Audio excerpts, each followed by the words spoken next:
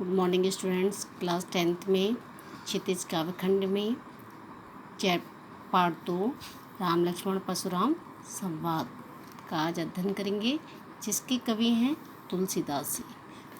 तो आपका शीर्षक है राम लक्ष्मण परशुराम संवाद। संवाद किसे कहते हैं?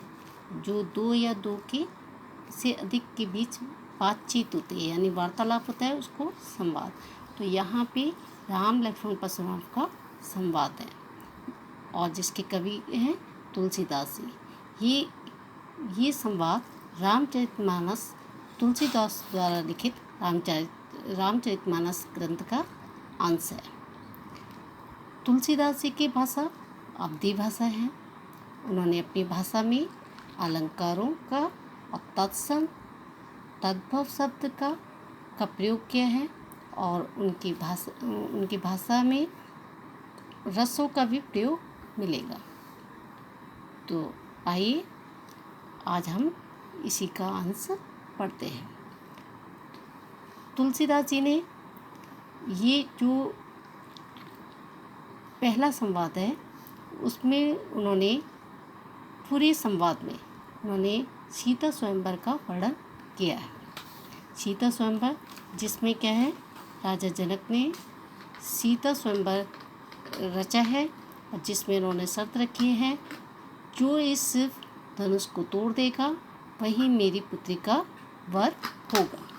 तो उस सभा में राम लक्ष्मण भी जाते हैं और रामचंद्र जी ने वह धनुष को तोड़ दिया और जिससे क्रोधित होकर परशुराम जी उनसे बोलते हैं।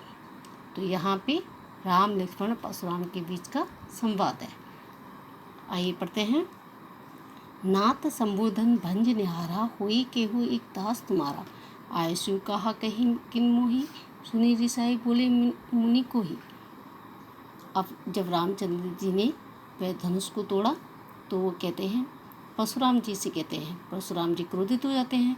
तो परशुराम जी से कहते हैं, हे नाथ शंभुधनु, ये शिव का धनुष भंज निहारा, तोड़ने वाला, होई केहू एक दास तुम्हारा, और कोई आपका ही कोई दास होगा।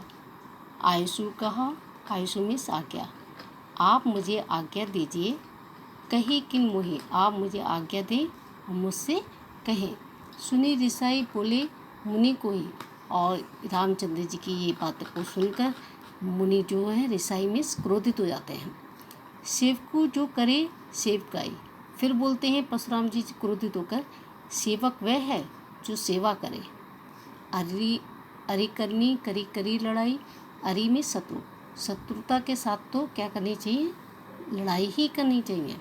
सुनोहूँ राम जेहूँ शिव धनु तोड़ा, और फिर क्रोधित होते हुए बोलते हैं, हे सुनो राम, जिसने भी शिव धनुष को ये तोड़ा है, सहस बाहु सम सो रिपु मोरा, और वह हजारों भुजाओं वाले सहस बाहु राजा के समान वह मेरा रिपु में शत्रु है। सो बिलगाओ ब्याहो समाजा, और वह जो है इस सभा से अलग हो जाए। ना तो मारे जेहीं सब राजा, वरना क्या है, सारे राजा जो हैं मारे जाएंगे। जब ये बातें परशुराम जी कहते हैं तब लखन जी मुस्कुराते हुए उनका जवाब देते हैं। सुनी मुनि वचन लखन मुस्काने, तब लखन रामचंद्र जी के छोटे भाई मुस्कुराते हुए मुनि से बोलते हैं, बोले परसों धई, बोले जो परसों में फरसा धारण करके अपमाने, आपने जो अपमान शब्द बोले हैं, बहु धनुएं तोड़ी लड़काई। और उन्होंने फिर जो लक्ष्मण जी ने परशुराम जी से जो शब्द बोले हैं वो देखिए क्या बोलते हैं, बहु धनुएं तोड़ी लड़काई, कबू ना असिक ऋषि किनी घुसाई। हमने तो बहुत सी धनुई में, छोटी छोटी धनुइयाँ जो बचपन में बनाते हैं, बहुत सी धनुइयाँ हमने ऐसे बचपन में बहुत तोड़ी हैं। कबू ना असी ऋषि किनी घुसाई, और इससे पहले तो आपको कभी क्रोधित होते हुए नहीं देखा। यही धनु पर ममता के हेतु, इस धनुष पर इतनी ममता क्यों।